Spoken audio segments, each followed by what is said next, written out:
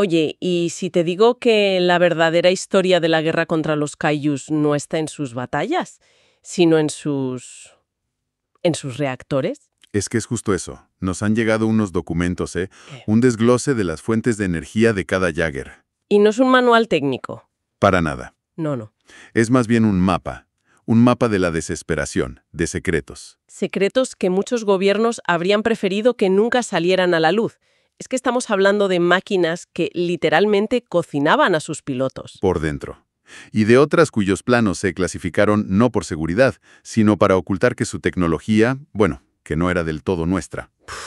Al final, lo que ves no es una historia de ciencia y heroísmo, es una historia de urgencia, de decisiones tomadas a la desesperada. Donde la vida de un piloto era, un daño colateral aceptable. Exacto.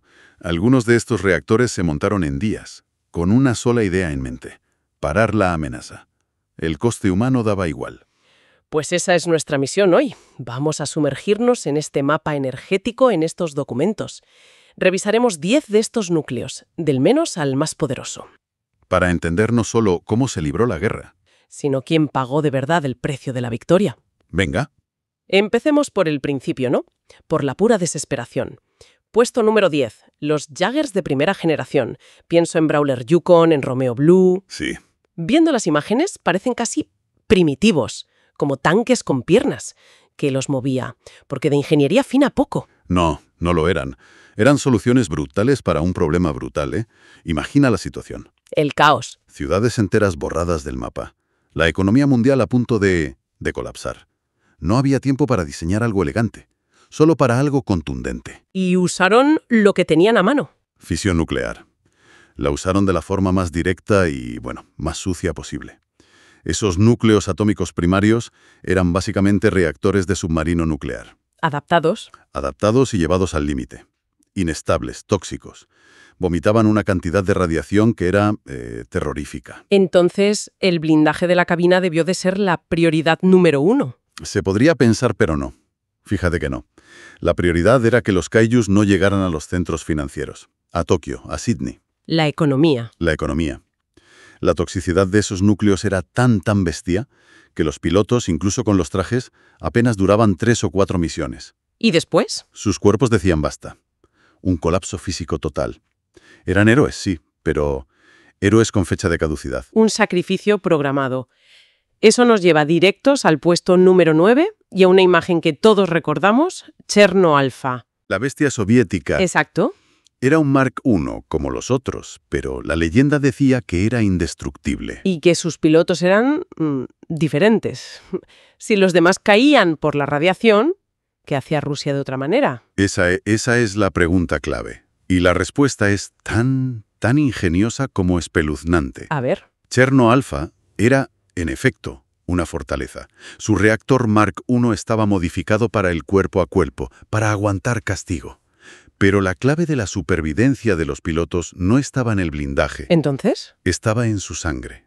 Literalmente. Espera, ¿cómo que en su sangre? Desarrollaron un sistema experimental de filtrado sanguíneo. Piensa en ello como una diálisis de guerra. No puede ser. La sangre de los pilotos salía de sus cuerpos, por unos tubos. Pasaba por una máquina externa que la purificaba de toxinas y radiación en tiempo real. Y volvía a entrar. ¡Qué crudeza! Es increíble. Les permitía aguantar mucho más dentro de ese infierno. Pero el coste físico era terrible. Las crónicas los describen como si estuvieran siempre agotados, como si fueran una pieza más del motor. ¿Una pieza más? Pero a cambio, controlaban ese monstruo de acero, un símbolo de resistencia, con un corazón que envenenaba a sus propios amos. Vale, entiendo el patrón. La primera fase, fuerza bruta. Sin pensar en las consecuencias, pero en el puesto número 8, con Coyote Tango y Tacit Ronin, parece que algo cambia. Sí. Se empieza a hablar de eficiencia, de reactores más pequeños, más potentes. ¿Fue ese el momento en el que se empezó a cuidar a los pilotos? Fue el momento en el que se intentó, sí. Pero el resultado fue casi peor. Peor. En teoría, el salto era brillante. Japón, Estados Unidos, apostaron por reactores de nueva generación. Más potencia en un chasis más ligero, más ágil. Coyote Tango sobre el papel era una joya, la que es. Al comprimir tanto poder en un espacio tan pequeño, la fuga de radiación seguía siendo altísima, quizá más concentrada. O sea que... Los datos de Coyote Tango son escalofriantes. Mató a 3 de sus pilotos por envenenamiento y al cuarto, a Stacker Pentecost, lo dejó con una enfermedad terminal. Madre mía. La paradoja es terrible. Cuanto más avanzaba la tecnología, el coste humano no solo no bajaba, sino que se volvía más inevitable. Has dado en el clavo. Ahí es donde se ve la constante más oscura de toda la guerra. Cuanto más poderoso es el núcleo, más frágil es el cuerpo humano que va dentro. Los Jaggers dejaban de ser armas para ser... Casi una maldición. Una sentencia de muerte, gloriosa, pero una sentencia. Y en medio de esa maldición aparece una leyenda. Puesto número 7. Gypsy Danger. Por lo que dicen estos informes, al principio no era una excepción, era otro Mark III, igual de radioactivo. Lo era. ¿Qué cambió para que se convirtiera en un símbolo de esperanza? Una derrota devastadora. Lo llevaron de vuelta a los astilleros en Alaska y por primera vez parece que alguien se hizo la pregunta correcta. ¿Y si los pilotos no tuvieran que morir para salvar el mundo? Un cambio de mentalidad total. El rediseño de su núcleo fue un salto cualitativo. No solo lo hicieron más estable, sino que lo rodearon de un sistema de contención de radiación muchísimo más sofisticado. Pero la clave no fue solo el reactor, ¿verdad? No, fue el conjunto. El nuevo Gypsy venía con trajes de inversión de última generación. Según los datos, filtraban hasta el 80% del daño radioactivo. 80%. Eso es. No era perfecto, pero cambiaba las reglas del juego. Por primera vez se pensaba en la supervivencia del piloto como parte del diseño. Gypsy se convirtió en un símbolo no solo por su poder, sino por ser el primer intento real de equilibrar la potencia de un dios. Con la posibilidad de que un humano volviera a casa. Exacto. Ese punto de inflexión nos lleva a una era completamente nueva, la del puesto número 6. Y aquí los informes agrupan a varios Jaegers de la generación Uprising. Saber Athena, Bracer Phoenix. Guardian Bravo. Sí. Son más modernos, más estilizados. Pero, ¿y sus núcleos? Aquí el contexto político es fundamental. Después de la Primera Guerra, la producción de Jaegers se detuvo. Pero cuando se decidió volver a fabricar, ya no era cada país por su lado. Era un mando unificado. El Cuerpo de Defensa del Pacífico. Y eso lo cambió todo. ¿En qué sentido? En el de la estandarización. Saber Athena, Bracer Phoenix, eran Jaegers rápidos, eficientes, sí, pero energéticamente idénticos. ¿Eran copias? Réplicas en serie. Se priorizó la eficiencia, el poder compartir piezas, por encima de los secretos nacionales o los avances únicos. Ya no se buscaban leyendas, se buscaban buenos soldados. Suena práctico, pero también un poco decepcionante, ¿no? Tenía sus debilidades, claro. Eliminaba el factor sorpresa. Y un fallo de diseño en un reactor, pues afectaba a toda la flota. Le quitó el alma a las máquinas. Eran herramientas, pero ya no eran titanes. Un contraste brutal con nuestro puesto número 5, Gypsy Avenger. Uf. Vuelve a ser un modelo único, refinado por Australia, y lo describen como un monstruo energético. ¿Qué hicieron para llevarlo a un nivel tan superior? Pues aquí está el secreto que rompió el molde. No le pusieron un núcleo más grande o más eficiente. Le pusieron dos. Llevaron la tecnología nuclear conocida hasta su límite absoluto. La refinaron, la comprimieron y la duplicaron. Gypsy Avenger tiene un núcleo principal para el movimiento y los sistemas básicos. ¿Y el segundo? Un segundo núcleo, más pequeño pero increíblemente denso, dedicado solo al armamento. ¿Y eso en combate qué permitía? Una cadencia de fuego que ningún otro Jaeger podía soñar. Podía disparar plasma casi sin parar, sin desviar energía de los propulsores o de las defensas. ¡Increíble! Era el pináculo de la tecnología nuclear humana. Pero ojo, era perfeccionamiento, no innovación. Australia no inventó nada nuevo, solo llevó lo que ya había a su máxima expresión. De la optimización, pasamos a romper las reglas. Puesto número 4. Crimson Typhoon. Ah, sí. Solo con verlo con esos 3 brazos ya sabes que es otra cosa. Su núcleo tenía que ser igual de anómalo. Y lo era. Crimson Typhoon fue la primera gran anomalía. La apuesta de China por la superioridad, costase lo que costase. Ni diseño estándar ni física segura. ¿Qué tenía de especial? Fue el primero con una tecnología de inversión y precisión. Y como Avenger, también tenía 2 reactores. Pero su función era radicalmente distinta. ¿En qué sentido? Eran totalmente asimétricos. Un reactor principal, más o menos convencional, para el chasis y los 2 brazos derechos. Y el segundo, más pequeño y experimental, montado en el hombro izquierdo. ¿Con qué fin? Con una única función: alimentar un cañón de plasma de una potencia descomunal en ese brazo. El concepto era tener el arma definitiva, un solo disparo para decidir un combate. Un arma que, irónicamente, nunca llegamos a ver en acción. Solo defenderse quería cambiar las reglas de la guerra y demostró que había países dispuestos a jugar con fuego para ganar. Y hablando de jugar con fuego, llegamos al puesto 3. El rey del campo de batalla.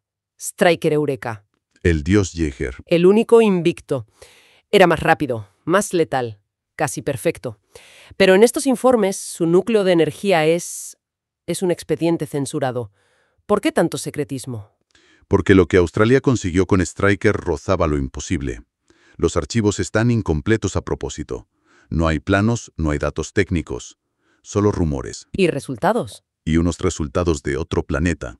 Stryker era más rápido, más potente y energéticamente más limpio. Podía operar a máxima capacidad durante horas sin sobrecalentarse. Su movilidad rompía todas las escalas. La versión oficial habla de una evolución nuclear. Pero eso suena a poco. Se queda muy corto. Si Australia, que ya había demostrado lo que podía hacer con Avenger, clasificó este reactor como secreto de estado de nivel máximo, fue por algo. ¿Qué se sospecha? Ese rendimiento sobrehumano sugiere que quizá no era solo una evolución. La teoría más extendida entre los analistas es que su tecnología no era completamente humana.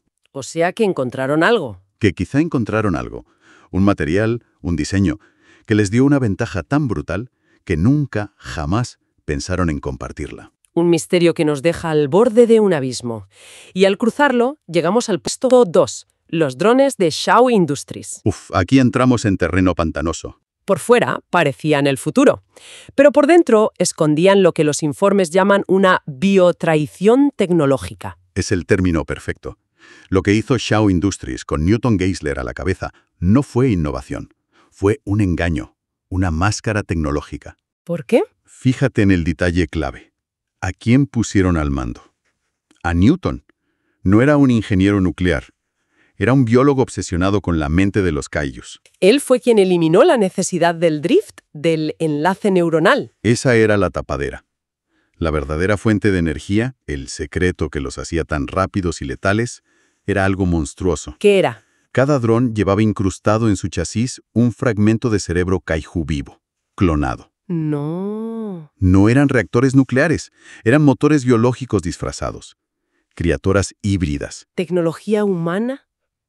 Alimentada por inteligencia alienígena. Una fusión profana. Por eso sus movimientos eran tan orgánicos, tan antinaturales. No seguían la lógica de un motor, sino los impulsos de una mente colmena. El enemigo ya no estaba fuera. Lo habíamos metido dentro. ¿Y si eso fue una traición? El puesto número 1 es su culminación. La conclusión lógica y aterradora de todo esto. Obsidian Fury. Obsidian Fury es la tesis final de esta historia. No es un Jäger, no es un Kaio, es un monstruo artificial. Y su núcleo lo cambia todo porque, y esto es lo más importante de todo, no es un reactor. ¿Cómo que no es un reactor? ¿Qué es entonces? Es un órgano, un centro de poder biotecnológico, un corazón artificial desarrollado con planos de los precursores y alimentado por sangre Kaio pura. ¿Sangre Kaio? Y aquí viene el dato que lo hace incomprensible.